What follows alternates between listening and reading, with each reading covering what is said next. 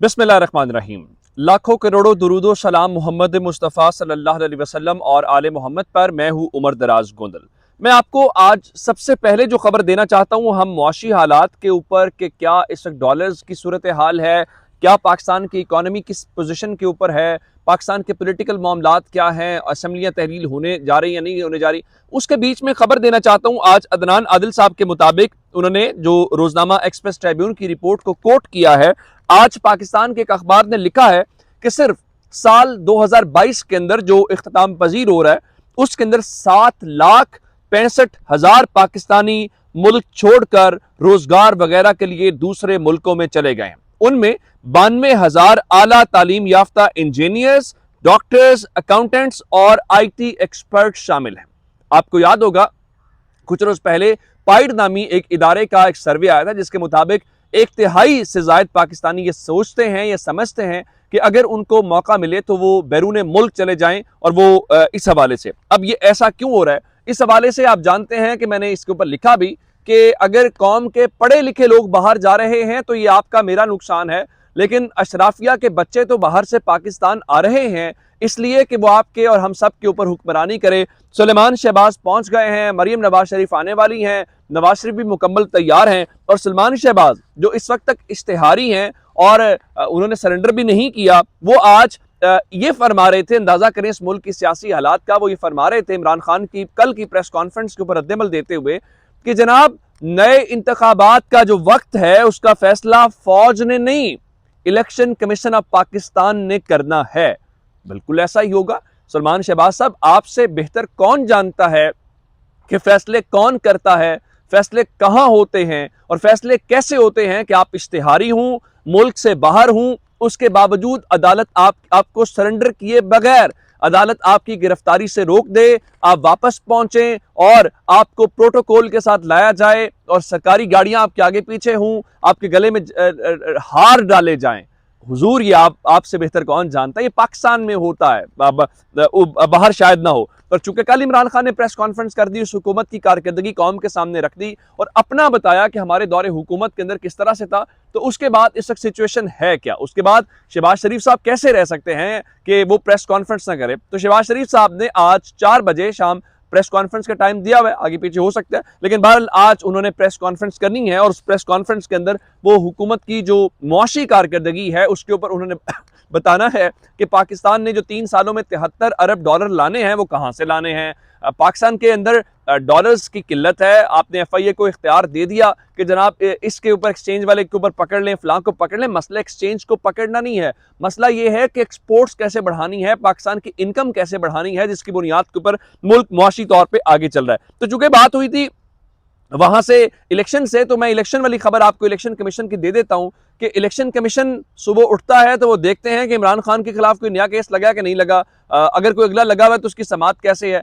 कल 13 दिसंबर को 5 केसेस, सिर्फ 5 केसेस इमरान खान के खिलाफ समाअत होनी थी, जिसमें एक ये था जी उन्होंने इलेक्शन जीतने के बाद अपने इंतखाबी अखराजात की तफसील जमा नहीं कराई तो इनको नाअहल कर देते हैं। फिर ये फरमाया जी वो जीत गए हैं तो ये हुआ तो उनकी कामयाबी का नोटिफिकेशन रोक दिया जाए तोशा खाना की बुनियाद के ऊपर। फिर कहा गया जी वो ममनुआ फंडिंग वाला जो मामला है उसके ऊपर आ गया। फिर उनकी पार्टी चेयरमैनशिप का मामला है। ये सारे इस किस्म के केसेस हैं। तौहीन इलेक्शन कमीशन, तो 5 केसेस को डी लिस्ट कर दिया गया है और बताया गया जी वो बेंच जिन्होंने ये फैसला करना है कि इमरान खान को डिस्क्वालीफाई कैसे करना है, इमरान खान को इस सिस्टम में से आउट कैसे करना है और लेवल प्लेइंग फील्ड कैसे बनानी है, तो वो बेंच दस्तयाब नहीं है, जिसकी बुनियाद के ऊपर अब कल समाअत नहीं हो सकेगी। 20 दिसंबर को समाअत होगी, लेकिन उसके बावजूद एक और बात जो है कि कल तौहीन इलेक्शन कमीशन का केस जरूर लगेगा, जिसमें फवाद चौधरी साहब, असद उमर साहब और इमरान खान के हवाले से उनके खिलाफ कल इलेक्शन कमीशन, यानी कोई चांस, आप मजमूई तौर पर अब यह कह दीजिए कि आज की जो प्रेस कॉन्फ्रेंस, आज जो नोटिस लिया कल वाली प्रेस कॉन्फ्रेंस का, उसको मिला के कुछ 6-7 केसेस सिर्फ और सिर्फ साइमल्टेनियसली जो हैं वो इमरान खान के खिलाफ इलेक्शन कमीशन ने चलाने हैं। चलिए इस तरह से भी करके देख लीजिए, फैसला इलेक्शन कमीशन ने करना है या फैसला अवाम ने करना है। अब चूंकि मैंने आपको बताया कि आज प्रेस कॉन्फ्रेंस करनी है शहबाज शरीफ साहब ने, लेकिन उनकी प्रेस कॉन्फ्रेंस से पहले एक और प्रेस कॉन्फ्रेंस हुई है और वो प्रेस कॉन्फ्रेंस पाकिस्तान की सूबाई हुकूमतों ने की है, जिसके अंदर खैबर पख्तूनख्वा की हुकूमत है, पंजाब की हुकूमत है, गिलगित बल्तिस्तान की हुकूमत है और आज़ाद कश्मीर की हुकूमत है। वो कहते हैं कि हमारे पैसे इस वक्त वफाकी हुकूमत की जानिब पेंडिंग है और वफाक वो पैसे नहीं दे रहा। अगर वफाक वो पैसे नहीं देगा तो हम अखराजात कहाँ से पूरे करेंगे, हम तनख्वाहें कहाँ से देंगे, हम इदारे कहाँ से चलेंगे।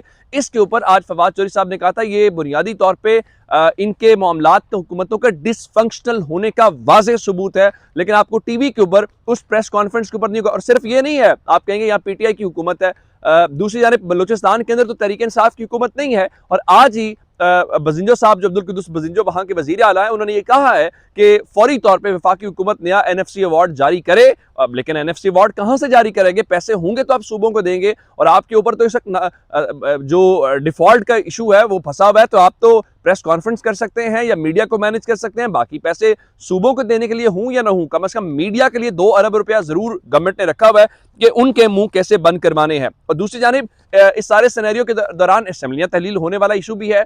तो इस आज असद उमर साहब ने कहा जी इख्तलाफ जरूर है, ये पहले दिन से है। मेरे ख्याल से ये इख्तलाफ करके पीडीएम को भी खिलाने की कोशिश की जा रही है और इसी दौरान असम्बली मूव होगी।